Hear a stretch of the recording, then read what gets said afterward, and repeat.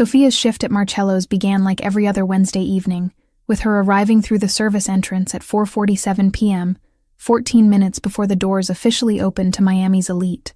She pulled her dark hair into a tight bun, secured with the same pearl pin her mother had given her 7 years ago, back when Catherine could still fasten buttons without trembling hands. The uniform hung loose on Sophia's frame these days. Not from illness, but from the particular poverty of working 60-hour weeks on a salary that barely covered her mother's medication and the monthly fees at Clearview Assisted Living Facility, a 30-minute drive from the city that cost $200 every month without fail. That morning, before her shift, she had visited Catherine. The visits happened 3 times each week, Mondays, Wednesdays, and Saturdays, a schedule Sophia maintained with the precision of someone who understood that consistency was the only promise she could reliably keep. Catherine had been lucid that day, which meant she recognized Sophia's face, even if the context of their relationship had become somewhat fuzzy in her deteriorating mind. They sat in the facility's common room, which smelled perpetually of industrial cleaner and something underneath it, something organic and sad that Sophia had learned not to identify too closely. "You work too hard," Catherine had said, her fingers working at the hem of her cardigan nervously. Her hands moved constantly now, as if they were searching for something to do, some small task that might anchor her to present consciousness. "It's fine, Mom. You're comfortable there. That's what matters." Catherine had nodded, but Sophia could see the guilt flickering behind her mother's increasingly distant eyes. Catherine knew, on some level, that her existence required sacrifice. That knowledge lived alongside the advancing confusion, like 2 separate realities, refusing to fully merge. By next month, the realization might vanish entirely. Sophia had learned not to predict these deteriorations. They happened in their own time frame, following rhythms that had nothing to do with logic or fairness. The restaurant's kitchen was already buzzing with activity when Sophia entered. Marcus, the head chef, didn't look up from his prep work. He never did. Marcus had trained under someone in New York for 15 years before moving down to Miami, and he had a chef's particular disdain for front-of-house staff. Sophia didn't take it personally. She took it as the baseline of her professional existence, the same way one accepts gravity or the inevitability of Tuesday following Monday. She collected her order book and server's notepad, mentally rehearsing the evening's specials. The restaurant was expecting a full house. Valentine's Day was next week, and couples were beginning their preliminary reconnaissance missions, testing restaurants before committing to the more substantial romantic gestures of the actual date. Marcello's was where people went when they wanted to be seen, which meant it was where power moved through subtle conversations held over wine and carefully plated food. The last thing Sophia did before taking her position was apply the perfume. She kept the bottle in her locker, wrapped in a small velvet pouch that had come with it.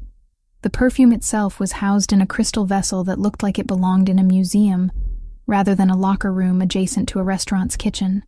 The glass was so precise, so intentional, that Sophia had never managed to examine it without thinking of craftsmanship from another era, from another world entirely. Her grandmother Victoria had given it to her 2 months ago, during those final days in the hospice facility when the morphine had worn off for just enough hours to allow Victoria to think clearly. Victoria was Sophia's only grandparent. Her other 3 had died before Sophia's birth or early in her childhood, leaving Victoria as the sole remaining link to whatever genealogy and family history Sophia might have claimed. Catherine had never been particularly forthcoming about relatives. Sophia had learned not to press the subject. "This is important," Victoria had said, pressing the crystal bottle into Sophia's hands with surprising strength for someone so diminished by illness. "This is—" She had paused then, gathering words that seemed to resist organization. "When someone recognizes this, when someone knows it, you'll understand things. About your family. About why I kept you safe." The statement had confused Sophia at the time. Kept her safe from what? Victoria had never been cryptic before. She had been direct, practical, the kind of woman who called things by their actual names rather than dancing around inconvenient truths. But the cancer had been thorough in its reorganization of Victoria's mind, breaking down linear thinking into fragments and philosophical abstractions. "What does it mean?" Sophia had asked. "It means your life wasn't random," Victoria had said. Then she had slipped back into the fog, and by evening, she was gone. Sophia had worn the perfume only twice since then, once to the funeral, and once when the despair of the month had felt particularly suffocating. But tonight, for no reason she could clearly articulate, she had applied it before work. Just a small amount on her wrists and the hollow of her throat, where the pulse beat visibly against her pale skin. The scent was unusual. Not floral in any conventional way, though there was definitely a flower at its heart, something that didn't have a name Sophia recognized. The base notes were warm, woody, reminding her of walking through an old library or entering a church that had stood for centuries. There was amber in there somewhere, and something that might have been leather, or might have been something else entirely. It was a scent that seemed designed to communicate complexity rather than simple pleasure. Every time she breathed, she detected something new in its composition, as if the perfume was a small symphony that kept reorganizing itself. By 5 p.m., the restaurant had filled to about 40% capacity. Sophia moved through her section with the automatic grace of someone who had internalized the choreography of service so thoroughly that her body could manage it, while her mind occupied itself with other concerns. She water glasses at precise angles. She presented menus with her left hand. She recommended the risotto to people who wanted to seem adventurous without actually risking anything unusual. It was during the second hour of service, around 6:45 p.m., that Marcus spoke to her directly. This was unusual enough that Sophia almost didn't register it at first. "Table 9's going to want something special tonight," he said, nodding toward the back of the dining room. "The man who just got seated in the corner. He comes maybe once every 3 months, always the same table, always private. He'll want something that isn't on the menu. Don't argue about it. Don't ask questions. Just bring him the best fish we have, prepared how I decide. The restaurant covers whatever he wants." Sophia followed Marcus's gaze toward the corner booth. Most of Marcello's corner tables were designed to be simultaneously prominent and isolated. They allowed the occupant to see and be seen, while still maintaining a buffer of space that prevented casual interaction with other diners. This particular booth was against the window, overlooking the street where palm trees lined the avenue, their fronds occasionally catching the wind like green flags signaling some distant war. The man seated there was striking in the way that certain predators are striking, the kind of magnetism that came from absolute stillness and control rather than obvious physical movement. He was approximately 35, maybe 36, with black hair that had been combed carefully back from a high forehead. His face had the kind of architecture that suggested Italian heritage, though Sophia knew that heritage was a complex thing, and racial characteristics were slippery categories that refused to remain stable under scrutiny. His jaw was notably square, the kind of jaw that looked carved rather than grown. His skin was olive-toned, unmarked by visible scars on his face, which was unusual for a man his age. He wore an expensive suit, gray, perfectly tailored, the kind of garment that cost more than Sophia's monthly rent. And he held a wine glass like someone who understood wine but didn't particularly care about it. What struck Sophia most was his eyes. Even from across the restaurant, she could perceive their color, a deep brown that seemed to absorb light rather than reflect it. His eyes moved across the room methodically, cataloging the space the way a person catalogs a building they're planning to occupy. He looked at people as if he was reading text written on their bodies, deciphering information that most individuals would consider private. Sophia realized she was staring. She adjusted her focus back to her current table, where a couple was discussing whether to split a dessert or order separately. She provided the expected gentle guidance. Splitting was romantic. Ordering separately was practical. Whichever they chose would be delicious, and moved toward the kitchen to place their order. But she could feel the man's attention now, prickling against her awareness like someone had touched the back of her neck lightly with a single fingertip. She didn't look at him again. She had worked in restaurants long enough to understand that sustained eye contact with certain patrons could be interpreted as invitation, and invitations created complications. Her life had enough complications without adding the unpredictable variables that came from attracting the attention of men who commanded entire restaurant sections simply by sitting down. At 7:15 p.m., Marcus gestured toward Sophia. "Corner table is yours now. Take him something to drink first. He usually takes a specific vintage. I'll have Daniel prepare it." Just stand there and wait for him to tell you what he wants to eat." Sophia nodded and moved toward the corner booth, wine list in hand and notepad ready. As she approached, the man looked up at her. The moment his eyes met hers, something shifted in the restaurant's atmospheric pressure. Other conversations seemed to grow quieter. Or perhaps Sophia's attention simply narrowed so intensely that surrounding noise fell away. The perfume reached him before her words did. Sophia watched his body stiffen almost imperceptibly. His hands, which had been resting on the table, stilled completely. His eyes, those absorbing dark eyes, closed briefly, as if he was processing something that required all his sensory focus. "Good evening," Sophia said, her voice maintaining the professional flatness that service required. "Can I start you with something to drink this evening?" He opened his eyes, and when they met hers, Sophia felt the precise moment when recognition transformed into something else entirely. His expression didn't change. His body remained perfectly still. But behind his eyes, something was happening. Some internal calculation or recalibration that manifested as sudden, absolute concentration. "I'd like the Barolo," he said quietly. "The 1989 vintage. And I need the dining room cleared."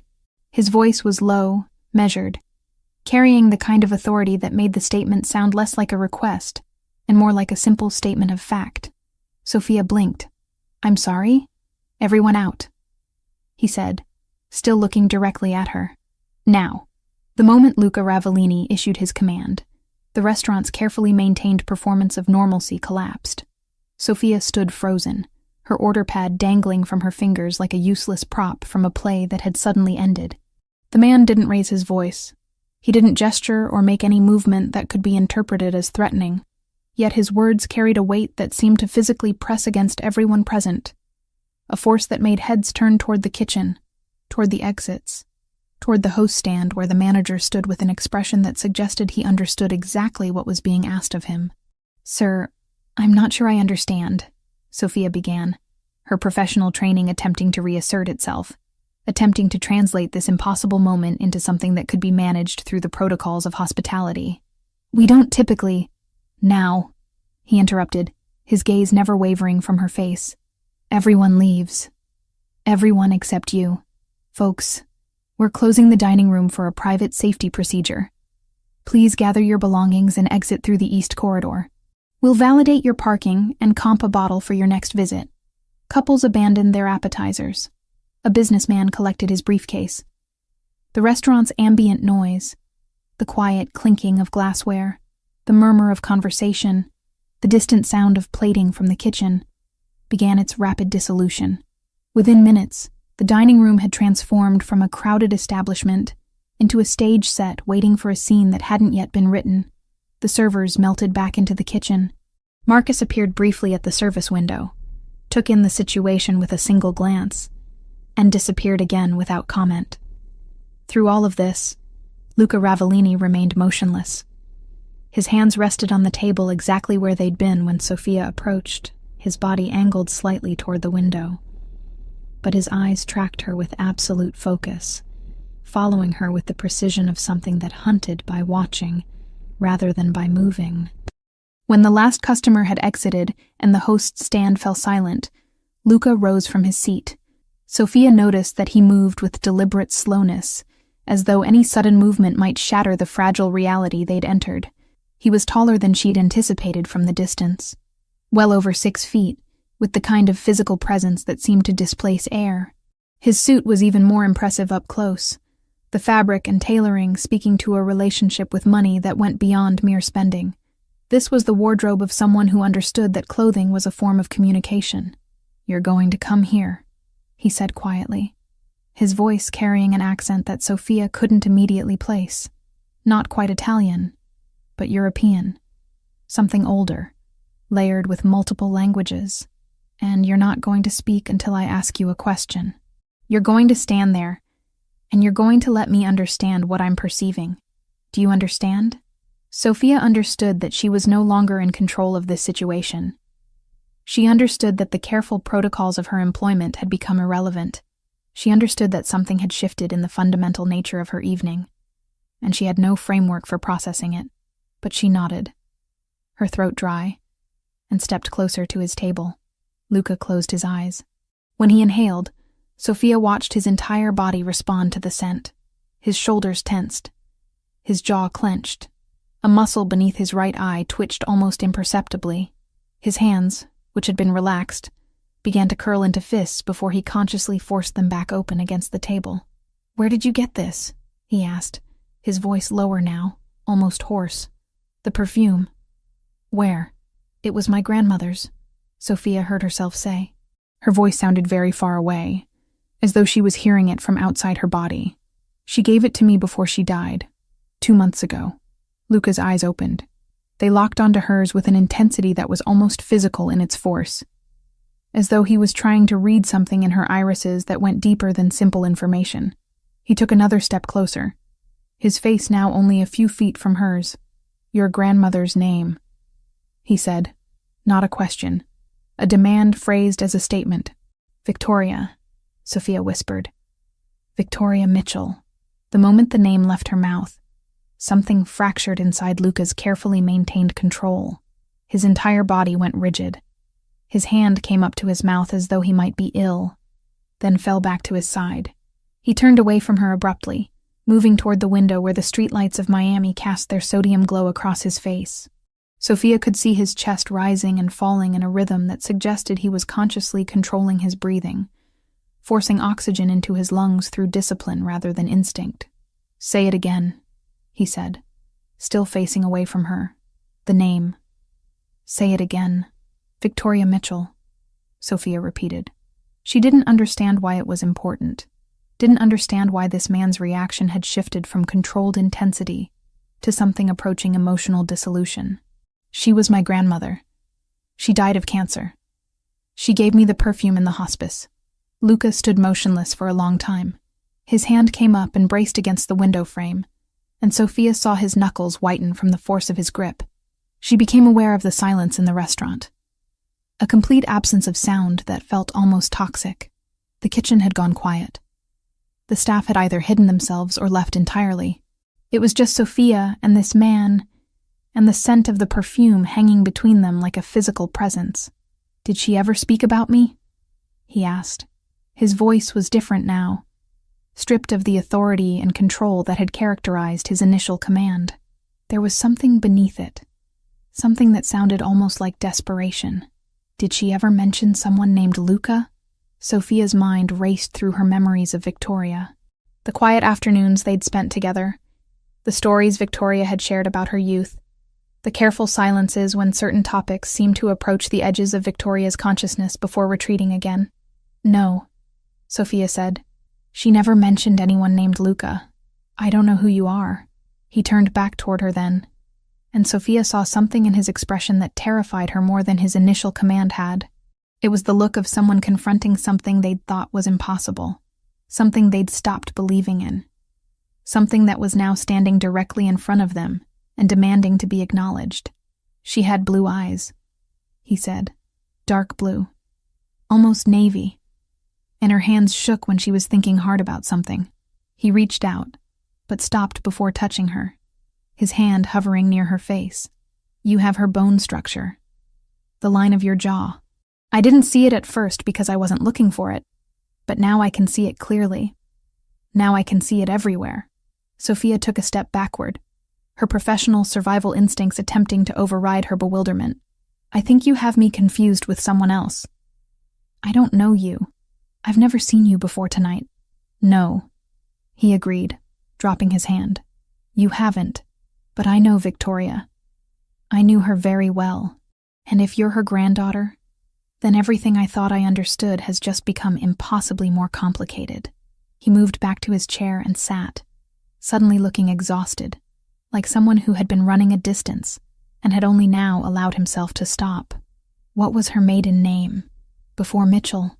"Castillo," Sophia answered automatically. "Victoria Castillo. She married my grandfather. Castillo," he repeated softly, as though he was tasting the word, testing its authenticity against something in his memory. He nodded slowly, and when he looked at her again, his eyes were wet. He didn't cry, didn't allow tears to fall, but Sophia could see them gathering in the lower lids, threatening a breakdown that his will was barely containing. "Sit down, Sophia. You need to sit down, because what I'm about to tell you is going to change everything you believe about your family." He gestured to the chair across from him. Sophia moved toward it mechanically, her body functioning on automatic systems, while her mind struggled to process how a Wednesday evening had transformed into whatever this moment had become. As she sank into the chair, Luca exhaled slowly, and the sound carried the weight of decades of a secret, finally, impossibly, being spoken aloud. The restaurant had become a tomb, and Sophia was beginning to understand that she was not going to walk out of Marcello's the same way she had walked in. The doors remained locked. The staff had vanished into the kitchen or the back corridors, leaving only the sound of the air conditioning and the occasional distant clang of cookware being stored away. Luca Ravellini had settled back into his chair with the composure of a man accustomed to controlling entire environments through the force of his will alone. His eyes tracked Sophia's movements with predatory precision, not threatening exactly, but not comforting either. She remained standing, her posture rigid, her hands gripping the edge of the table as though physical contact with solid matter might anchor her to sanity. "Sit," he said quietly.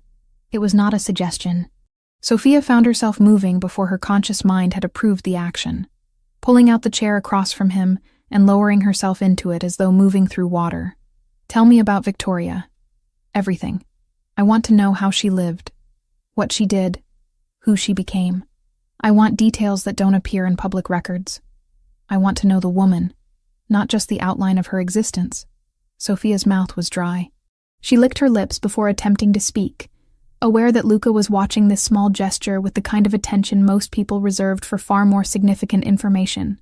"I don't understand what you want me to tell you," she said. Her voice sounded weak to her own ears, attenuated by fear and confusion. "You already seem to know her. You clearly knew her well. Why are you asking me these questions as if, because I need to hear it from you?" Luca interrupted. His tone was controlled, but there was an undercurrent of something beneath the words. Something that might have been pain, or loss, or rage, carefully modulated into civility. "Because hearing it from her granddaughter changes the context of what I already know. Because every piece of information about her life in these past 28 years is a piece I don't have. Start with how she died." Sophia began to talk, surprising herself with the coherence that emerged from her fractured state of mind. She described the cancer, pancreatic, the kind that was aggressive and thorough in its destruction.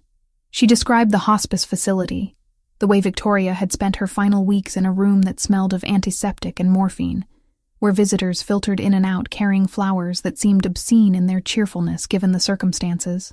She described how Victoria had become progressively less present, how her mind had seemed to retreat into itself, leaving only fragments of the woman Sophia had known in the vehicle of her body.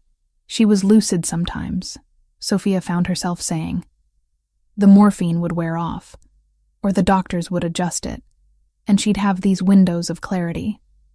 But they were getting shorter. By the end, there was maybe an hour a day when she seemed like herself.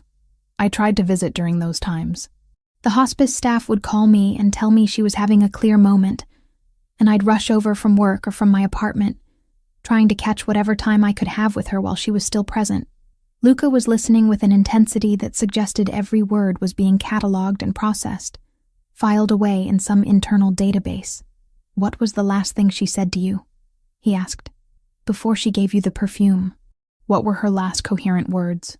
Sophia closed her eyes, pulling the memory up from the depths of her consciousness where she'd tried to bury it under the weight of grief. She said that my life wasn't random, that I should keep the perfume safe, that when someone recognized it, I would understand things about my family, about why she kept me safe. The moment the last phrase left her mouth, she saw Luca's entire body go rigid. His hands, which had been resting on the table, clenched into fists so tight that the tendons in his forearms became visible, straining against his skin.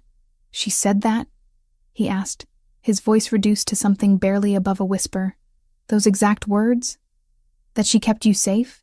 "Yes," Sophia confirmed. "I didn't understand what she meant at the time. I still don't understand what she meant, but she was very clear about it. She kept saying it like it was the most important thing she needed me to understand before she died. She was very weak at that point. The morphine had her drifting, but she kept pulling herself back to say it again. Kept saying the same thing, that she kept me safe, that the perfume would explain it. Luca stood up abruptly, pushing his chair back with enough force that it scraped against the restaurant floor with a sound that made Sophia flinch. He moved to the window, his silhouette framed against the Miami streetlights beyond the glass. His shoulders were heaving slightly, his breathing not quite controlled. Sophia watched him with the careful attention of someone observing a volatile substance, trying to anticipate which way it might explode. "Your grandmother was Victoria Castillo Mitchell," he said finally, his voice steady now, but hollow, as though he was speaking through a tunnel of exhaustion. "She married a man named Robert Mitchell when she was very young. That marriage produced your parent, who is still alive, I assume." "My mother," Sophia said. "Catherine. She's 47. She has degenerative neurological disease. She lives in a care facility." "And your father?" Luca turned to face her again. "I never knew him," Sophia said. "My mother never discussed him. He was never part of my life. Mother died when I was 5. Not actually died. She's still alive. But she became less present before I was even born, I think. By the time I was school age, I don't think she was capable of raising a child alone. So Victoria took over. I grew up thinking of Victoria as my primary family member." Luca moved to the table and retrieved something from his jacket pocket, a small leather case from which he extracted a business card. The card itself was expensive, embossed rather than printed, with raised lettering that Sophia could see even from across the table. It contained only a name, Luca Ravellini, and a telephone number with a local area code. There was no business title, no address, no indication of what services or industry might be connected to his name.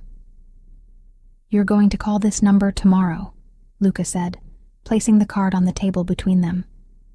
"You're not going to discuss this conversation with anyone. You're not going to research me or my background. You're going to call that number and speak only to me. Do you understand?" "I don't understand any of this," Sophia said, her voice rising slightly. "Who are you? How do you know Victoria? Why does my grandmother's perfume matter so much to you that you evacuate an entire restaurant? Why are you keeping me here against my will?" "You're not being kept against your will," Luca said, his tone suggesting that the distinction was important to him. "The door is unlocked. You can leave whenever you choose. But you won't leave because you're going to stay and listen to what I'm going to tell you now. And what I have to tell you requires you to hear it in this context, in this privacy, so that you can process it without the noise of the world trying to interrupt." He gestured for her to sit again. After a moment's hesitation, Sophia complied, her curiosity beginning to override her fear. There were answers here, she realized. Answers to questions she'd never thought to ask, to mysteries about her family that she hadn't known existed. Victoria's deathbed insistence that Sophia's life wasn't random suddenly seemed to carry more weight. "Your grandmother," Luca began, "was married once before Robert Mitchell. That marriage was brief and ended badly. During that time, she was connected to a family, a significant family, a family that did not approve of her relationship with my—" He paused, seeming to struggle with the word selection, "with a member of that family. She left that world. She tried to build a normal life. But the perfume she gave you is not a normal family heirloom. It is a signature. It is a marking. And the fact that you're wearing it means that she intended for you to be found." Sophia wanted to ask what he meant by found, but before she could form the question, Luca moved to the restaurant's front entrance and unlocked the door. He stepped back, creating a clear path to the exit. "It's 3 a.m, he said. "The street is empty. You can go home now. You can try to pretend this never happened, or you can call that number tomorrow and get answers to questions you're going to spend all night formulating. The choice is genuinely yours." Sophia gathered her things mechanically, her phone, her keys, her work notepad still clutched in her hand. She moved toward the door, her mind fracturing between the impulse to run and the impulse to stay and demand explanation. At the threshold, she turned back toward Luca. "Why should I trust you?" she asked. "You shouldn't," he said simply. Not yet. But you will, once you understand what Victoria was protecting you from. Call the number, Sophia. Everything becomes clear once you understand what that perfume represents. She stepped out into the Miami night, which had turned cold in the small hours of the morning. The street was indeed empty, the buildings dark, only scattered streetlights casting their sodium glow onto pavement that glistened from recent rain. As she walked toward the parking lot where her ancient Honda Civic waited, Sophia realized that Luca had never actually introduced himself, had never confirmed that his name was actually Luca Ravellini. She had only his word and his business card. But something in his desperation, something in the raw emotion she'd glimpsed beneath his controlled exterior, suggested that whatever this was, it had consumed him for a very long time. She clutched the business card in her fist as she drove home through the empty streets, the perfume still clinging to her skin, still carrying its secrets locked in its molecular structure, waiting for the right person to decode its meaning. Sophia didn't sleep. She sat on her bed with her laptop balanced on her knees, the glow of the screen the only light in her darkened apartment, and began the most meticulous research of her life. The business card sat on her nightstand, and she deliberately avoided looking at it, as though not acknowledging it might somehow make this situation less real. But her fingers moved across the keyboard with purpose, starting with the obvious query. The internet offered very little about Luca Ravellini. His name appeared in a few articles about crime in Miami, always mentioned in passing, always in connection with alleged activities and ongoing investigations. One article from a local news outlet dated 3 years prior referred to him as a figure of interest in organized crime operations. But the piece was vague on specifics, heavy on speculation, light on facts. The journalist had clearly been working from rumor and assumption rather than substantiated information. There were no photographs attached to his name, no social media presence, no professional biography or corporate listing. She pivoted her search. Isabella Ravellini. The name yielded more immediate results, though the information was dated. Articles from 20 to 30 years ago mentioned a woman named Isabella Ravellini who ran a private perfume operation in Miami. The business had never been incorporated formally, never sold products through retail channels, and had maintained what journalists at the time called an exclusive clientele.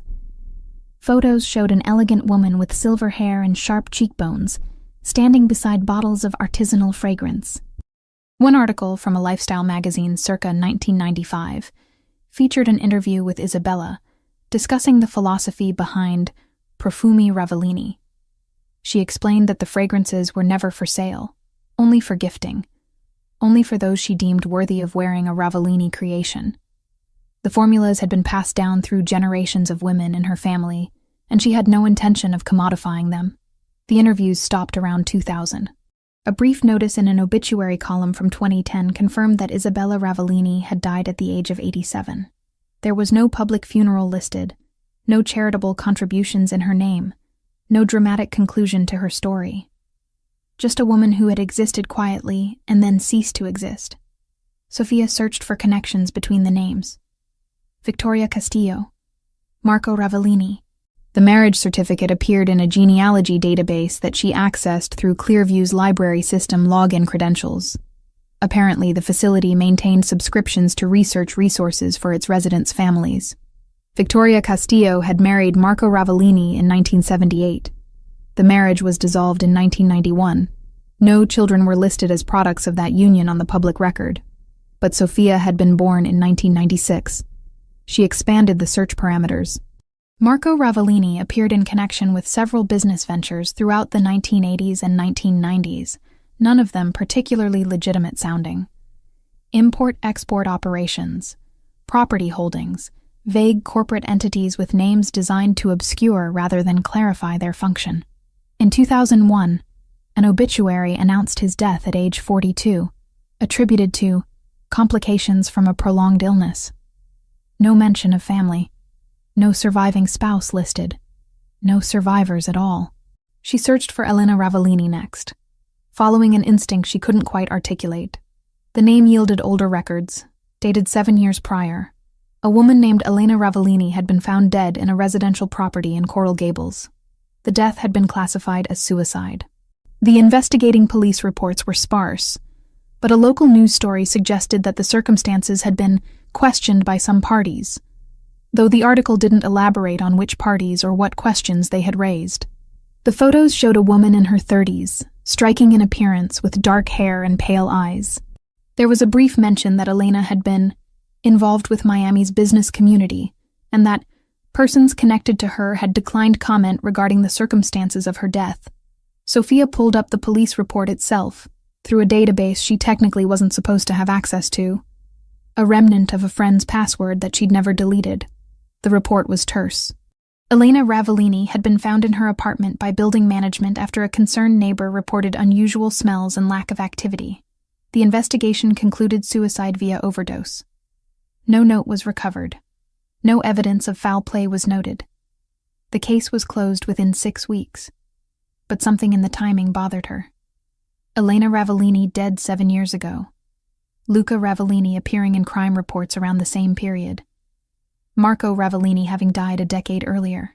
Victoria having been married to Marco, then divorcing him, then raising a daughter that the records suggested shouldn't exist. By 4 a.m., Sophia's eyes burned from screen exposure and exhaustion. She had filled 14 pages of her notebook with connections and questions and hypotheses that led nowhere conclusive. She understood that she was missing information, that there were gaps in the timeline and logic that she simply couldn't fill from publicly available sources. Victoria had said the perfume would explain things. Well, the perfume smelled like mystery and architecture, like something designed to communicate at a level that bypassed rational analysis. She was about to close her laptop when her email notification dinged. The sender line read simply, NR. The message contained only a few sentences. You research thoroughly. You're intelligent and cautious, which suggests good instincts.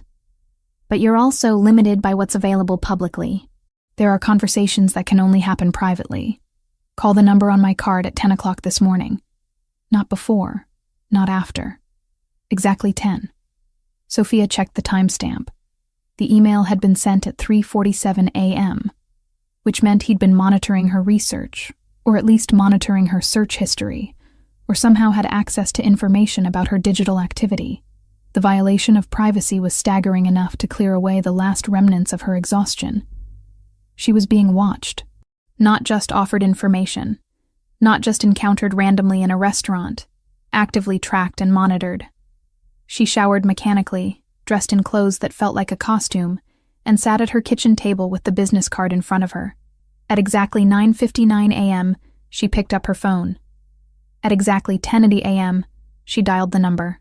Luca answered on the first ring, as though he had been holding the phone, waiting for her call. You found information, he said. It wasn't a question. You found some of it, anyway. Some of the pieces that are available to find. Now you're going to come to a place where I can tell you the things that can't be found online. I'm sending a car for you. It will arrive at your address in 20 minutes. You'll ride in it until we reach a location where we can talk privately. You won't tell anyone where you're going. You won't bring a phone beyond the one you're holding right now. You won't bring weapons or recording devices or any attempt to protect yourself through documentation. You're going to come with only yourself and your genuine desire to understand. Do you agree to these terms? Sophia's rational mind screamed that this was dangerous, that she was making a catastrophic mistake, that every instinct for self-preservation should be propelling her toward calling the police or disappearing into anonymity. But she heard herself say, I agree. Good, Luca said. Then everything begins now. By the time this car arrives at your location, you will no longer be the person you were before you answered your phone. You understand that? No, Sophia said quietly. But I'm starting to. The line went dead. She looked at the clock on her wall. 10:03 a.m. She had 17 minutes to decide if she was actually brave enough to step into whatever this was, or if she should run. She didn't run. The car ride to Luca's mansion took 45 minutes, though Sophia wasn't entirely certain they were traveling in a linear path. The vehicle was tinted too darkly for her to see out, and the driver, a woman with silver hair and a professional demeanor, didn't engage in conversation beyond confirming Sophia's address and offering her water, which she declined. The silence was suffocating in its own way, giving Sophia nothing to focus on, except the mounting anxiety that accumulated with each turn the car made. When the vehicle finally stopped and the driver opened the door, Sophia emerged into a different version of Miami than the one she inhabited. The mansion stood behind wrought iron gates, visible only partially through landscaping that had been designed with precision to obscure rather than display. Palms and flowering shrubs created a buffer between the property and the street. The main structure was set back far enough that neighbors would have only glimpses of its architecture. Security cameras were discreetly positioned but clearly functional. This was a place designed by someone who understood that true power didn't announce itself through ostentatious display, but through deliberate concealment. The interior was understated in ways that suggested enormous wealth. Not the kind of wealth that needed to prove itself through marble floors and imported chandeliers, but the kind that manifested as thoughtfully chosen art, shelves lined with first editions, furniture that had been selected by someone with genuine aesthetic sensibility rather than a decorator's algorithm. Luca was waiting in what he called his study, though the room was far too comfortable to warrant such a formal title. 2 leather chairs faced each other across a low table. Floor-to-ceiling windows overlooked a garden that seemed impossibly lush for the Miami climate. "Sit," Luca said, gesturing to one of the chairs. He was wearing different clothes than he'd worn at the restaurant. Slacks and a button-down shirt in charcoal gray, the sleeves rolled up to his elbows. Without the formal suit jacket, he seemed somehow more accessible and simultaneously more dangerous. Like observing a weapon in its unguarded state, Sophia sat. Luca settled across from her, and for a moment they simply observed each other, as though trying to map the terrain of a conversation that would reshape both their lives.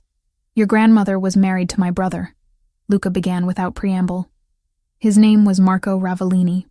The marriage lasted approximately 2 years, from 1978 to 1980. It ended because Victoria made a choice that was both brave and devastating.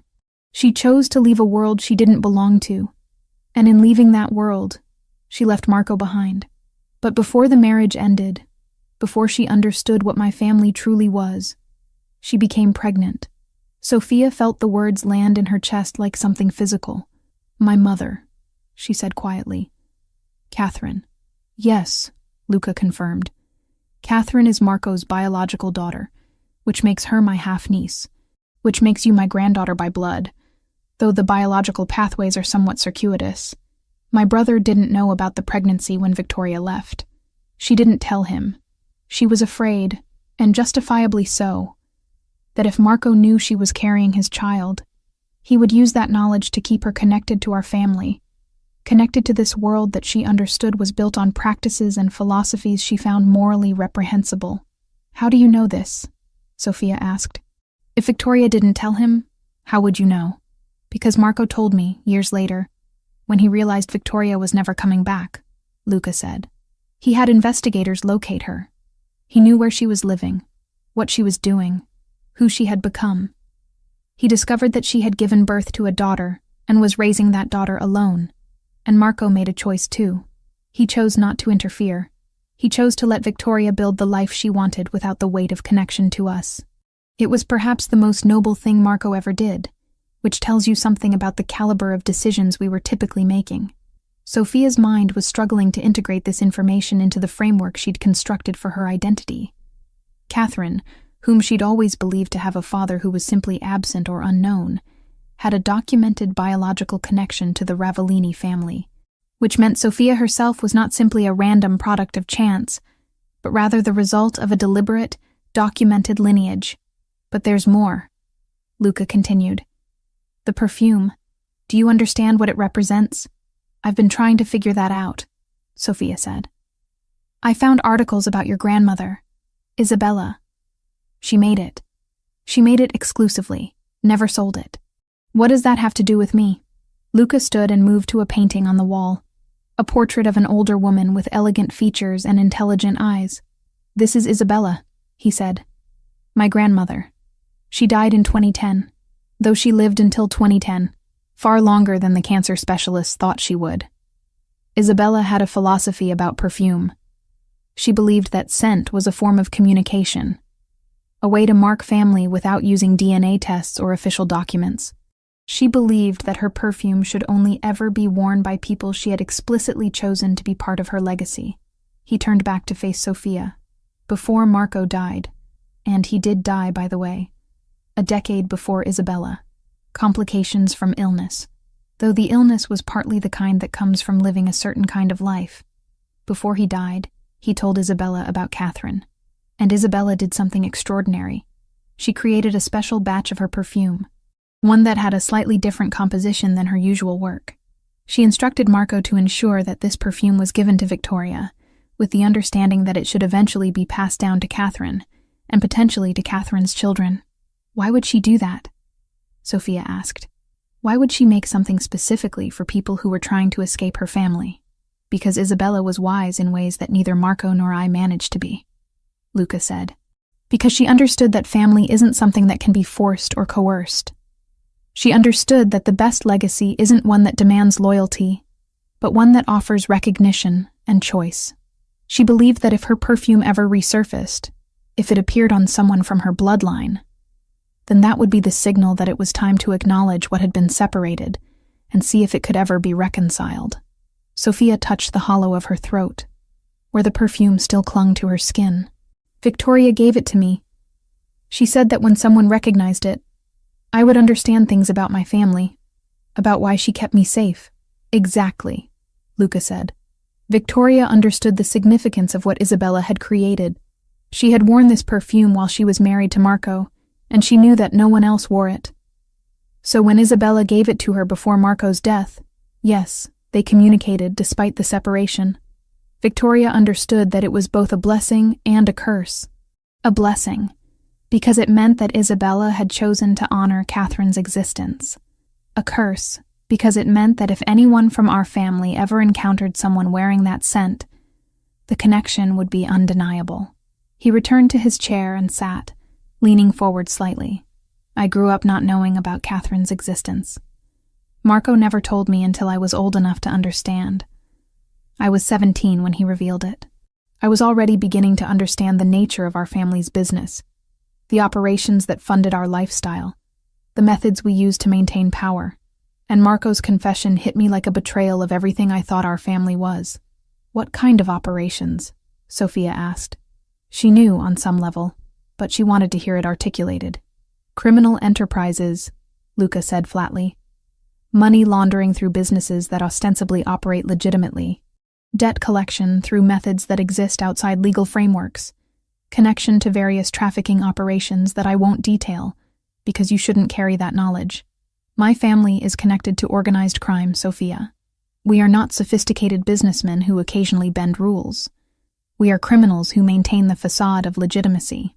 And when Marco told me about Catherine, what he was saying was that he had deliberately removed one person, his daughter, from this world, because he believed she deserved better than what we could offer her.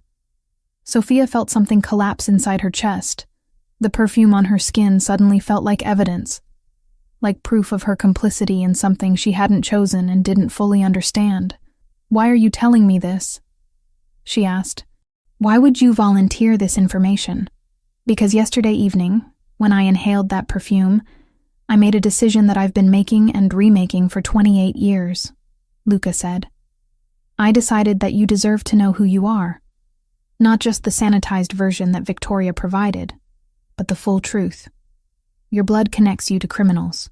Your grandmother made a choice to remove herself from that world, and your mother lived her entire life not knowing that part of herself that she came from.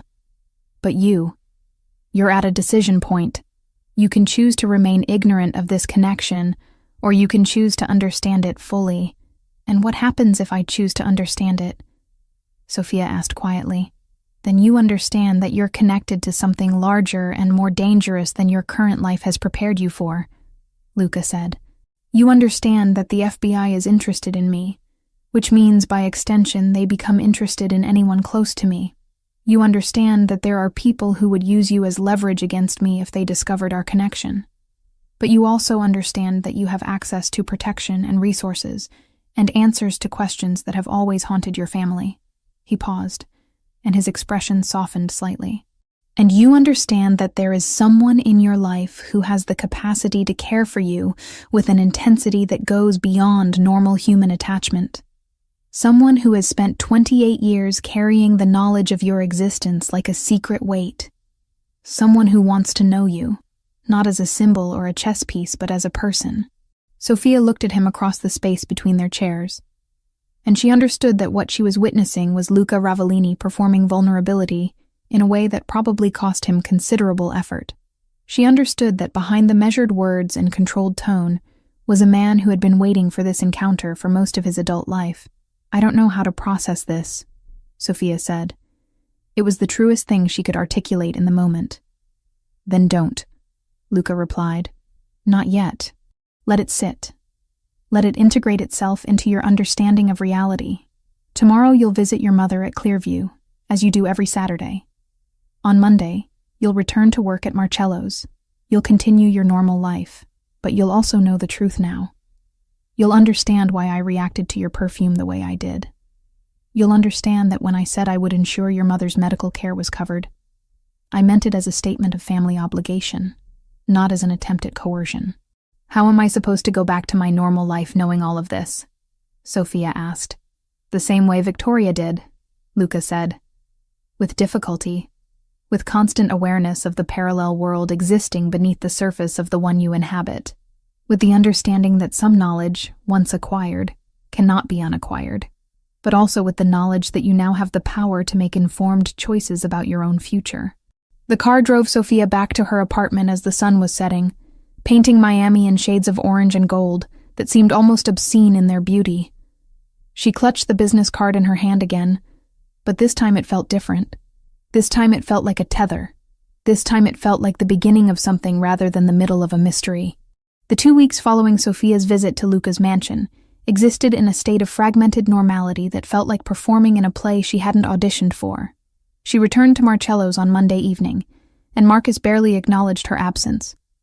The restaurant operated in its own universe of wealthy patrons and carefully orchestrated service, indifferent to the seismic shifts happening in individual staff members' lives. She took orders. She delivered plates. She managed the delicate choreography of hospitality that required her to be simultaneously present and invisible. But everything had changed. Sophia moved through her shifts with the awareness that she was being observed, that somewhere in the Miami evening, there were men whose job was to ensure her safety. She never saw them directly. There were no obvious security measures, no black cars following her, no sudden appearance of bodyguards. The protection was as invisible as the threat it was designed to counter. On Friday of that week, as she was clocking out after her shift, 2 individuals appeared at the employee entrance. They identified themselves as Special Agents Morrison and Park from the Federal Bureau of Investigation. Morrison was a woman in her 50s with steel gray hair and the kind of confidence that came from authority backed by institutional power. Park was younger, perhaps 40, with an expression that suggested he had perfected the art of appearing sympathetic while simultaneously conducting interrogation. "We'd like to ask you some questions about an incident at this restaurant approximately 2 weeks ago," Morrison said, producing a badge that Sophia studied with the careful attention of someone trying to process information that didn't make immediate sense. "There was a situation where a customer requested that the dining room be evacuated. We're looking for statements from anyone who was present." Sophia's mouth went dry. "I don't remember anything unusual," she said, which was technically true in the most literal sense. Everything about that night had been unusual. Nothing about it could be characterized as routine or noteworthy in the ways that fed into official reports. "You were working that evening," Park said. He was consulting a notebook, though Sophia suspected he already knew the answer. "You were assigned to the section where the customer in question was seated. The manager indicated that you served him directly before the evacuation occurred. He ordered the Barolo," Sophia said carefully. "He was a customer. He placed an order. I don't recall anything else." Morrison's eyes narrowed slightly. "The customer's name was Luca Ravellini. Do you know who that is?" The name hung in the air between them, and Sophia understood that this moment represented a threshold. Acknowledge the name and invite questions about her connection. Deny recognition and risk being caught in a lie that would damage her credibility. Say nothing, and hope the silence could be interpreted as confusion rather than evasion. "I'm a waitress," Sophia said finally. I serve customers. I don't track their names or backgrounds. If he wanted something, he ordered it and I delivered it. That's the extent of my interaction with him. Park exchanged a glance with Morrison. We're aware that Mr. Ravellini has been under investigation for various activities that exist outside legal boundaries. We're also aware that he has been documented visiting this establishment multiple times. We're interested in whether any conversations occurred between you and Mr. Ravellini that might provide insight into his current operations or associates. He ordered wine, Sophia repeated. We didn't have a conversation. He evacuated the restaurant and I went home. That's all I know. The questioning continued for another 20 minutes, circling around the same territory without advancing into new ground. Morrison and Park seemed increasingly frustrated as Sophia maintained her posture of professional detachment, offering nothing beyond the bare minimum of confirmation. Eventually, Morrison produced a business card with her contact information. If you remember anything, or if Mr. Ravellini attempts to contact you, we'd appreciate hearing about it, she said. We can offer protective measures if you feel you're being pressured or threatened. Sophia accepted the card and watched them leave. 40 minutes later, her phone rang. The caller ID showed an unknown number, but she answered it anyway. They visited you, Lucas said without preamble. It wasn't a question. How do you know that? Sophia asked, though she already understood the answer. Because I know everything that happens to you. I told you that you were being protected, that protection extends to monitoring when federal agents decide to interview you. What did you tell them? Nothing, Sophia said. I said I served you wine, and that was the extent of our interaction. I didn't mention the Perfume or Victoria or any of it. She heard Luca exhale, and the sound carried relief. Good. That was the correct response. By refusing to cooperate with them, you've made a statement. You've indicated that you're not interested in being a government cooperant. But Sophia, understand what this means. By protecting me, you've now involved yourself in my world in a way that creates legal liability. You're not just someone connected to me. You're someone who has actively chosen not to testify against me. I don't know if I had a choice, Sophia said quietly. You did, Luca replied. You could have told them everything. You could have made a deal. Immunity for testimony. You could have removed yourself from this situation entirely. But you didn't. And now I need to offer you something in return for that loyalty. He instructed her to come to the mansion on Saturday morning. When she arrived, she found not just Luca waiting for her, but a woman who introduced herself as Rosa. Rosa was in her mid-50s, with dark hair streaked with silver, and eyes that contained entire libraries of untold stories. She moved through the mansion with the ease of someone who had spent decades navigating its spaces and hierarchies. Your grandmother was my friend, Rosa said without preamble, once they were alone in what appeared to be Luca's private study. Victoria used to visit this house when she was married to Marco. Those visits stopped, and I understood why. Marco never spoke about what had happened, but we all knew. And then, years later, Luca told me about Catherine. And now he's telling me about you. Rosa settled into a chair with the deliberation of someone whose body carried the weight of decades. I've worked for this family since 1992. I came to them after my own family fell apart.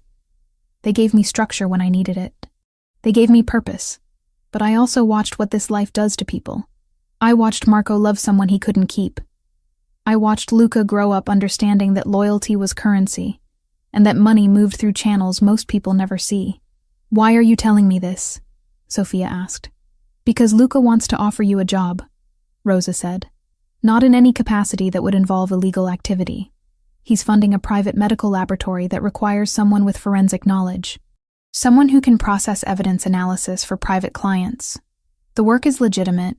The money comes from legitimate sources. Or at least sources legitimate enough that they're not going to trigger federal scrutiny. He wants you to work there. He wants you to stop being a waitress and start being something more aligned with your capabilities. And if I refuse, then you continue as you are, Rosa said. But you'll be doing it under constant surveillance by federal agents. They'll be watching you, waiting for you to slip up or to make contact with Luca in ways they can use as evidence. They'll make your life difficult through legal channels, audits of your tax returns, inspections of Clearview's records, interviews with your coworkers that subtly suggest you're connected to criminal activity. Luca would prefer not to involve you in his operations, but if you're going to be connected to him anyway, he'd rather that connection be one he can control and protect. Sophia understood that what Rosa was describing was a choice with only one rational option. She could refuse and maintain her current precarious stability, or she could accept the offer and move into Luca's world with eyes open. "I accept," she said. The transition happened within a week. Sophia submitted her resignation at Marcello's, citing a better opportunity. She moved from her small apartment to a townhouse in Wynwood that Luca owned, a property located in a neighborhood that was actively gentrifying, surrounded by galleries and restaurants and people who minded their own business. The laboratory was located in a commercial building that appeared, from the outside, to be a routine medical facility. Inside, it was equipped with state-of-the-art forensic equipment and staffed by technicians who treated Sophia with professional courtesy, but did not attempt conversation beyond work-related matters. The salary was tripled from what she'd made at the restaurant. The work was intellectually engaging in ways waitressing had never been, but Sophia understood that she had traded one cage for another, albeit a more comfortable one. She could afford to increase Catherine's care. She could afford better treatment options. She could afford stability. The price was her independence. One evening, as she was completing analysis on a blood sample, Rosa appeared at her workstation. "Luca wants to introduce you to his business circle," Rosa said. "There's a dinner tomorrow evening at the house. Formal attire. Nothing too elaborate. You're his family now." It's time they understood that. Sophia felt her stomach tighten. "I don't know anything about business circles." "You know about observation," Rosa said. "You know about reading people. That's what matters. Tomorrow you'll sit at a table with people who operate in different worlds than the ones you've inhabited. You'll listen more than you speak. You'll understand that there are conversations happening beneath the surface of other conversations. And you'll begin to comprehend the scope of what Luca Ravellini actually is." The dinner was held in a private room that had been prepared with meticulous attention to detail. The table was set with crystal and silver. The food was prepared by a chef who had trained at restaurants Sophia could never afford to visit. The attendees were 6 men and 3 women, all of them carrying themselves with the particular confidence that came from operating in spaces where consequences were negotiable. Luca introduced Sophia as his family. No explanation was offered. No context provided. Just a statement of fact that seemed to shift how everyone at the table interacted with her. The conversation moved between business discussions that Sophia couldn't follow and personal anecdotes that revealed nothing, while implying vast networks of influence and obligation. What struck Sophia most was the careful civility of it all. These were dangerous people conducting themselves with the refinement of diplomats. They were discussing operations that almost certainly involved illegal activity, but they discussed them in language so coded and abstract that an outsider listening would have heard nothing but networking between legitimate business interests. Halfway through the meal, a man seated across from Sophia, someone Luca had introduced as Franco Giardoni, leaned toward her and smiled. "So you're the mystery that's captured Luca's attention," he said. His accent suggested Eastern European origins, but his English was fluent. Beautiful and connected to his family. That's a powerful combination. "I'm his family," Sophia said flatly. "That's all." "Of course," Franco said, though his smile suggested he understood more than she'd revealed. "Family is everything in this world. The people around this table, we're all bound by blood or obligation or debt. It's what keeps the system functioning. People who understand that loyalty to family supersedes loyalty to law. People who understand that certain rules exist outside legal frameworks." Luca appeared at Sophia's side before she could respond. His hand found the small of her back, and the gesture was both protective and territorial. "Sophia and I need to discuss something," he said to Franco. "If you'll excuse us." He led her from the dining room to his private study, where windows overlooked the garden that seemed to exist in its own climate zone, independent of the Miami weather beyond the property lines. "I need you to understand what you're witnessing," Luca said. "These people, Franco and the others, they exist in networks that move money through channels and methods that the legal system can't track or prevent. They operate with efficiency that legitimate business can't match because they're not constrained by ethics or law or consequences. Are you one of them?" Sophia asked. I am, Luca said simply. And because you're connected to me, you're now embedded in that world whether you wanted to be or not. The laboratory isn't just a place of employment. It's a front that allows me to operate in certain contexts. Your presence there legitimizes operations that would otherwise attract attention. You're not complicit in the crimes, Sophia, but you're not separate from them either. Sophia felt something fracture inside her chest, some wall between who she had been and who she was becoming. What if I didn't want this? She asked. Then you shouldn't have protected me when the FBI came asking questions, Luca said. His voice was not unkind, but it was absolute. You made a choice that night. You made it consciously or unconsciously, but you made it. And now you're living with the consequences of that choice.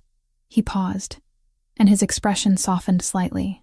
Rosa told me that you were conflicted about whether accepting the laboratory position made you complicit in criminal activity. I want you to understand something. You didn't create the world that contains organized crime and federal investigations and people like me. You were born into a family connected to that world whether you knew it or not. Victoria left it to protect her daughter. But you knew what you were walking into. You chose it anyway. And that choice, that conscious decision to stay, despite understanding the reality, that's what separates complicity from agency. I chose it because I didn't have a real alternative, Sophia said. That's what everyone says, Luca replied. That's what Marco said when he was entering the family business. That's what Victoria said when she was deciding to leave. That's what I said when I was deciding whether to stay. But the truth is that we all had alternatives. We just had to live with the consequences of taking them. You chose to stay in my orbit.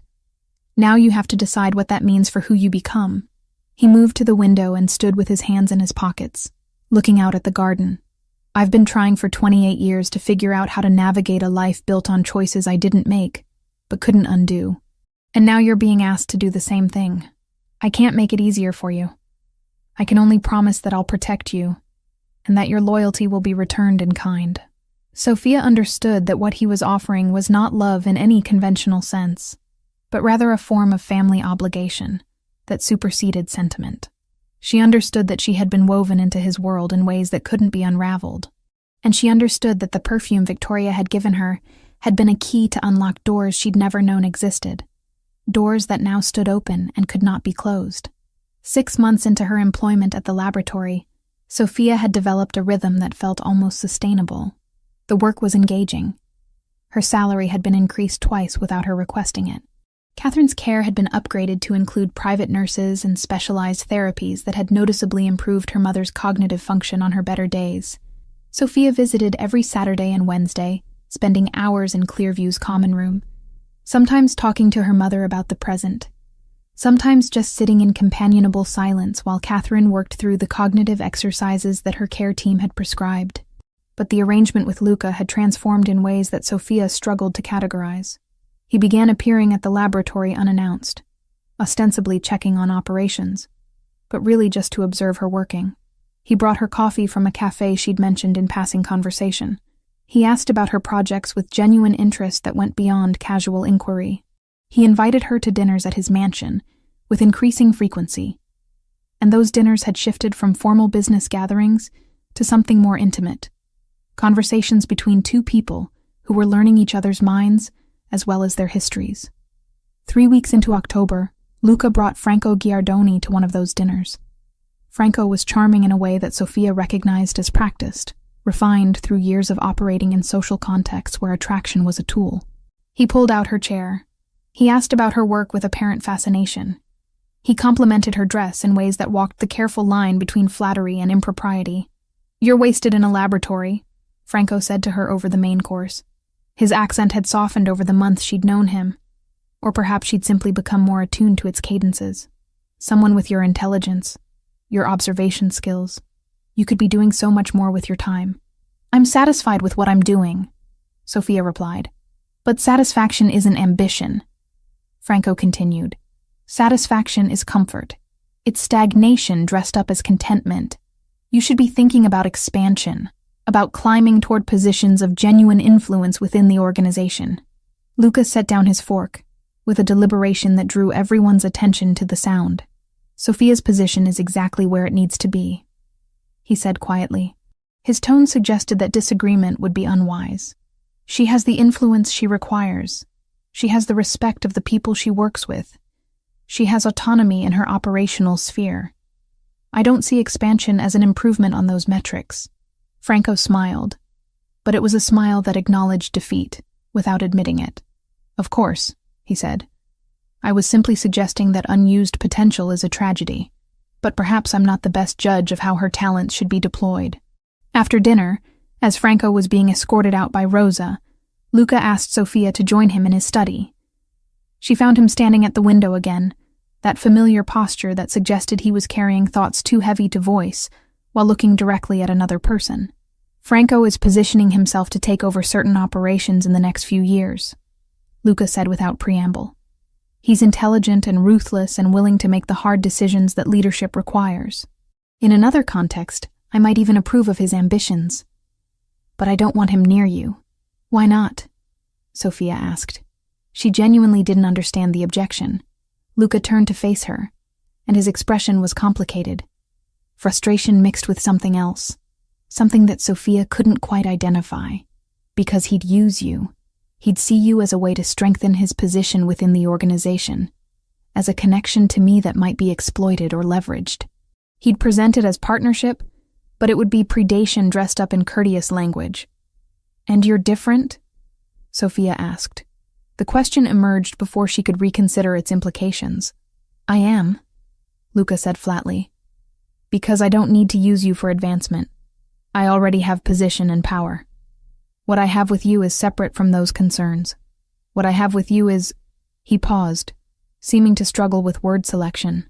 It's something I've been trying to navigate for 6 months, and I don't think I've been entirely successful at maintaining appropriate boundaries. Sophia felt her heartbeat accelerate. What do you mean? I mean that you're my granddaughter biologically, but that connection exists in isolation from any emotional relationship I had with your mother or your grandmother, Luca said. His words were measured, chosen with care. I mean that I didn't raise you. I didn't know you as a child. I didn't form attachment to you through proximity and time and the accumulation of small moments that constitute parenting. I mean that when I look at you now, I see a woman who is intelligent and courageous and capable of navigating complexities that would destroy most people. I see someone who made a choice to stay connected to me despite understanding the implications of that choice. I see someone who I've developed attachments to that go beyond family obligation. Luca, Sophia began, but he held up a hand.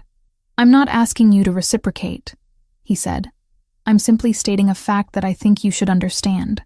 I'm stating it so that you understand why Franco needs to remain at a distance from you. Because if he were to approach you with the kind of attention he demonstrated tonight, and if you were to accept that attention, it would place you in a position of conflicted loyalty that I cannot allow. You can't control my choices, Sophia said, though she understood that in practical terms, his control was nearly absolute. No, Luca agreed, but I can make the consequences of certain choices clear. Franco would never be able to offer you what I can offer you. He would never be able to provide the kind of protection or certainty or freedom that my connection to you provides. He would always be calculating what your value is to him, what strategic advantage you represent. And I won't allow that. Over the following months, the boundaries Luca mentioned began to blur further. He started touching her in ways that went beyond familial interaction. A hand on the small of her back that lingered. A brush of fingers against her wrist when they were passing objects across a table. His gaze lingering on her in moments when he thought she wasn't observing him. Sophia found herself responding to these gestures, leaning into the proximity, allowing moments of nearness that stretched longer than propriety would typically allow. Rosa noticed. Rosa, who had known Luca for decades, and who seemed to exist in some liminal space between servant and confidant, began watching both of them with an expression that suggested she understood exactly what was happening and had formed opinions about it. One evening in December, as they were finishing dinner, Sophia heard herself say something that she'd been avoiding articulating for months. I don't think of you as my grandfather, she said. The statement emerged into silence, enormous and irreversible. Luca set down his glass very carefully. I know, he replied. I think about you as… Sophia paused, struggling with terminology that seemed inadequate for what she was experiencing. I think about you as someone I'm becoming attached to in ways that complicate the family structure that we're supposed to be inhabiting. I know that too, Luca said. And I'm terrified, Sophia continued, because I know who you are. I know what you do. I know that getting closer to you means becoming more entangled in operations and decisions and consequences that I didn't choose. But I also know that staying at a distance means ignoring something that feels increasingly significant. Luca stood and moved to the window. His silhouette was backlit by the Miami skyline, casting him in shadow. We need to take time, he said finally. We need to step back from this trajectory and give ourselves space to process what's happening. Because if we move forward, we're making a choice that alters the structure of everything we've built, and that choice needs to be made consciously, not in the heat of proximity and emotional intensity. How much time? Sophia asked. I don't know, Luca said, but you'll continue your work. You'll continue visiting your mother. You'll continue your life, and I'll maintain appropriate distance. When we see each other, we'll be cordial but restrained, and eventually, we'll understand whether this is genuine connection or proximity-induced attachment, whether this is something that can withstand the reality of what we actually are to each other. Sophia understood that what he was offering was not what she wanted in the immediate moment, but what she needed in the longer term. She understood that stepping back was an act of respect for both of them, an acknowledgement that the feelings were real enough to warrant careful consideration rather than impulsive action. And so she agreed, though agreeing felt like stepping backward into shadow when she'd been moving toward light.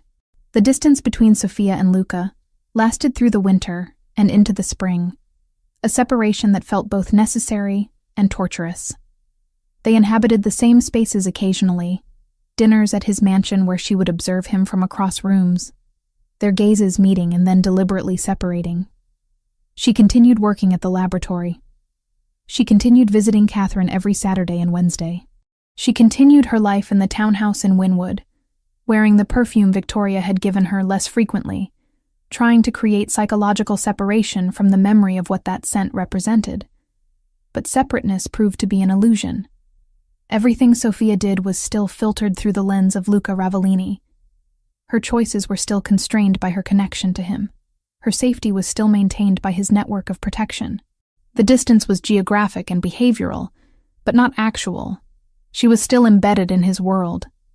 They had simply agreed to pretend otherwise. Then Catherine had a crisis. It was a Tuesday evening in late April when the call came from Clearview. Catherine had suffered a fall in her room. Minor injuries, nothing broken, but the incident had triggered a decline in her cognitive function that her medical team couldn't immediately reverse. Sophia left work immediately and drove to the facility, her hands shaking on the steering wheel, her mind fracturing with worry and guilt, and the terrible recognition that her mother's condition was deteriorating, regardless of the excellent care she was receiving. Catherine was awake when Sophia arrived, but she wasn't lucid. She was cycling through states of consciousness, moments of recognition interspersed with confusion and agitation. Sophia sat beside her bed and held her mother's hand, feeling the tremor in Catherine's fingers, the brittleness of her bones, the physical manifestation of her body's betrayal by disease. She's declining faster than we anticipated, Dr. Patterson explained as Sophia stepped out of the room. The fall appears to have accelerated something that was already in progression. We're adjusting her medication, but I want to be honest with you. We're moving into a different phase. We should discuss palliative care options. Clearview finalized the palliative plan on a rainless Tuesday. It wasn't surrender so much as a recalibration of hope, less about cures and more about dignity. Sophia signed the forms with steady hands. She told the nurse about the seashells Catherine used to collect when she could still walk the beach, and asked them to keep a small bowl by the window. When she stepped outside, the air smelled faintly of salt and disinfectant. She called her mother's room and let the silence fill with things that didn't need words. Sophia absorbed the words like blows. She understood what they meant. Her mother was dying. The expensive care and private nurses and specialized therapies had bought time, but they had not bought salvation. They had simply delayed the inevitable while making it slightly more comfortable. She called Luca from the parking lot. She hadn't intended to. The number was muscle memory, fingers finding the digits before her conscious mind could intervene. He answered on the third ring, and his first words were, "Where are you?" "Clearview," she said. "My mother's worse. They think she's entered the terminal phase. I don't know how to process this." There was a pause, and then, "I'm coming to you." He arrived 40 minutes later, moving through the facility with the ease of someone accustomed to traversing any space without question. He found Sophia in Catherine's room, where she was sitting in the darkness, holding her mother's hand, watching the rise and fall of Catherine's chest as though monitoring that movement might somehow prevent it from ceasing entirely. Luca didn't speak. He simply pulled up another chair and sat beside her, and his presence, solid, real, undeniably present, broke whatever dam Sophia had been maintaining. She began to cry. Not the controlled release of emotion, but the fracturing collapse of someone who has been holding themselves together through sheer force of will. She cried for Catherine. She cried for Victoria. She cried for the complexity of her own existence, for the impossible choice she'd made to stay connected to Luca, for the realization that no amount of money or protection or love could actually save the people who mattered.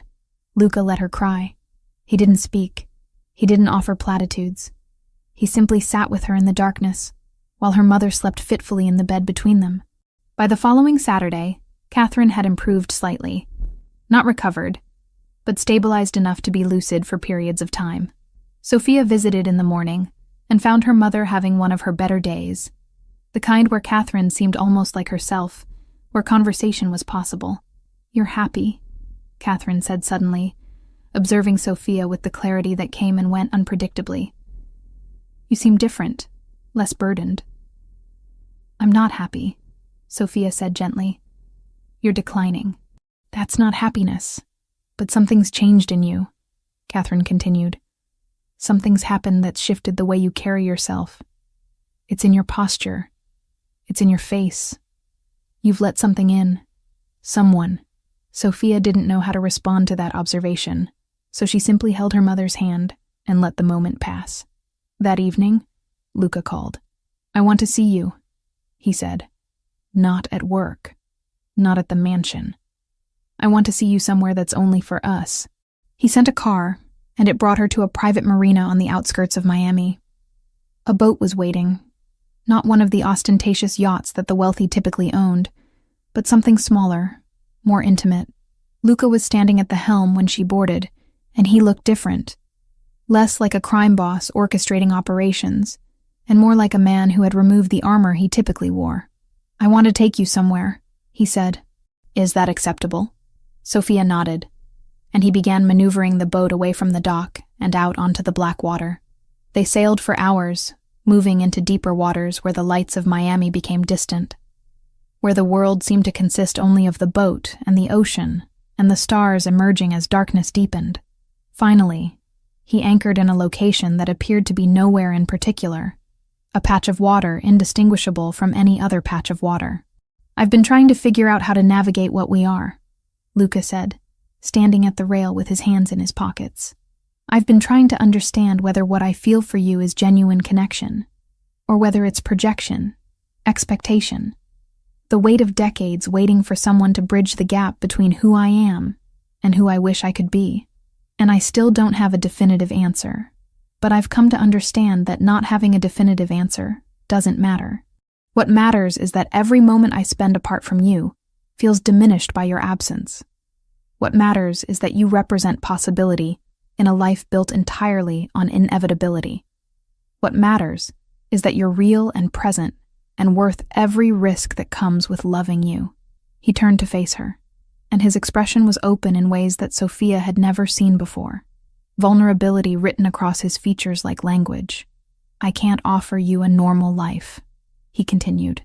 "I can't offer you a future free from complication. What I can offer you is protection, loyalty, and a commitment that supersedes every other obligation I maintain. What I can offer you is the acknowledgement that you matter to me in ways that go beyond family or duty or strategic advantage. What I can offer you is myself, entirely, if you choose to accept that offer." He reached into his jacket and withdrew a small velvet box. Inside was a chain of gold, delicate but unmistakably valuable, with a pendant that contained a single drop of liquid, captured in crystal, suspended and preserved. "This is the original Perfume Ravellini," Luca said. "Isabella's formula. Marco brought it to me before he died, thinking I might understand what it meant. I've kept it for 28 years, waiting for the right moment to know what to do with it. But now I understand. It belongs with you. It belongs in the space between who you were and who you're becoming. It connects Isabella to Victoria to you, across generations and choices and heartbreak. It's the only thing I have that truly belongs to my family's history, and I'm giving it to you, because you've become the most important part of my history." Sophia took the necklace with trembling hands. The pendant was warm against her palm, and the perfume inside seemed to be alive, swirling slightly within its crystal prison. "I'm not asking you to marry me," Luca said. "I'm not asking you to formalize this through legal structures that would only create complication. I'm asking you to claim this necklace. I'm asking you to accept the commitment that it represents. I'm asking you to acknowledge that despite everything, despite who I am, despite what I do, despite the impossibility of our connection, you choose to stay. You choose me. You choose this." Sophia held the necklace against her chest, and she understood that this moment represented something definitive. This was the moment where she claimed ownership of her own choice. This was the moment where she stopped being pulled into Luca's world and started choosing to inhabit it. This was the moment where love became active rather than passive, where she became an agent in her own narrative, rather than a character carried along by circumstances beyond her control. "Yes," she said. "Yes to all of it." Luca moved toward her, and when he kissed her, it felt like a beginning rather than a continuation, like they were creating something new rather than surrendering to something inevitable. The kiss was not gentle, but it was deliberate, filled with intention and acknowledgement. When they parted, Sophia could still taste the salt from the ocean air and the particular flavor of possibility. He fastened the necklace around her throat, and the pendant settled against her skin, warm and real. She could smell the perfume even through the crystal, the same scent that Victoria had worn, that Isabella had created, that Luca had carried for decades. The perfume that had started this entire chain of events, that had been the key to unlock doors Sophia had never known existed. "I love you," Luca said. The statement was simple and absolute.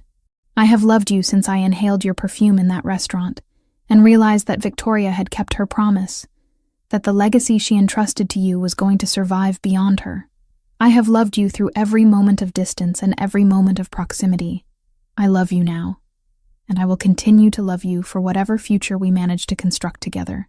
They stayed on the boat through the night, and when the sun began to rise, painting the sky in shades of gold and pink that seemed almost impossible in their beauty, Sophia understood that her life had become a story that would never fit into the ordinary categories of human experience. She was the daughter of a woman who had escaped organized crime. She was the granddaughter of a man who had chosen to let her exist outside his world. She was the partner of a man who operated in darkness but had chosen to bring her into the light. She was wearing a perfume that had been created in secrecy and carried as a symbol across generations. And she was alive, fully and completely alive, in a way that she had never been before the night she applied Victoria's perfume to her skin and walked into a Miami restaurant. When they returned to shore, Luca took her to Clearview. They visited Catherine together, and Catherine, in one of her moments of unexpected lucidity, saw the necklace and understood what it meant. "She gave you the perfume," Catherine said to Luca. "Victoria gave you the perfume. That means you knew her. That means you were part of our family's story." "I was," Luca confirmed. "Your daughter has chosen to let me be part of it going forward." Catherine nodded, and Sophia saw something in her mother's expression that might have been peace. "Then you take care of her," Catherine said. "You take care of her the way Victoria took care of me. That's how the perfume works. That's what it represents. Care across the distances that separate us. Love that survives the impossible." In the months that followed, Catherine's decline continued, but she was surrounded by the best care available. and in her final days, she seemed to carry a lightness that had not been present before, as though knowing that Sophia was safe, that Sophia had found someone willing to commit to her protection, made the process of letting go slightly easier. When Catherine died on a Tuesday morning in late June, Sophia was holding her hand, and Luca was sitting in the chair beside her, a physical manifestation of his commitment. After the funeral, after the practical arrangements, after the immediate rawness of grief had begun its transformation into something more manageable, Sophia stood on the balcony of Luca's mansion and touched the perfume necklace against her throat. The scent of amber and cedar and nameless flowers rose to meet her, carrying with it the weight of generations, the sacrifice of women who had loved and lost and protected the ones who came after them, carrying with it the possibility of something new, something that honored what had come before, while refusing to remain bound by it. Luca appeared beside her, and they stood in silence, watching the Miami evening descend, watching the city transform into a landscape of lights and shadows.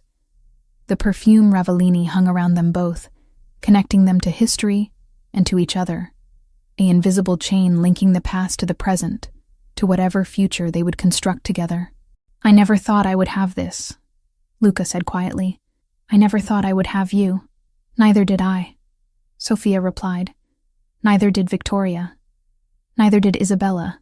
But they gave us the perfume anyway. They gave us a way to find each other. They gave us a language that transcended time and separation and blood and choice." She turned to face him, and he was watching her with an expression that contained entire libraries of emotion, love and regret and gratitude, and the particular intensity of someone who had spent decades believing that certain things were impossible before discovering that they were not. "We're going to build something," Sophia said. "Not a traditional family, not a criminal empire. Something that honors both of our histories while refusing to be bound by them." "Yes," Luca agreed. "That's exactly what we're going to build."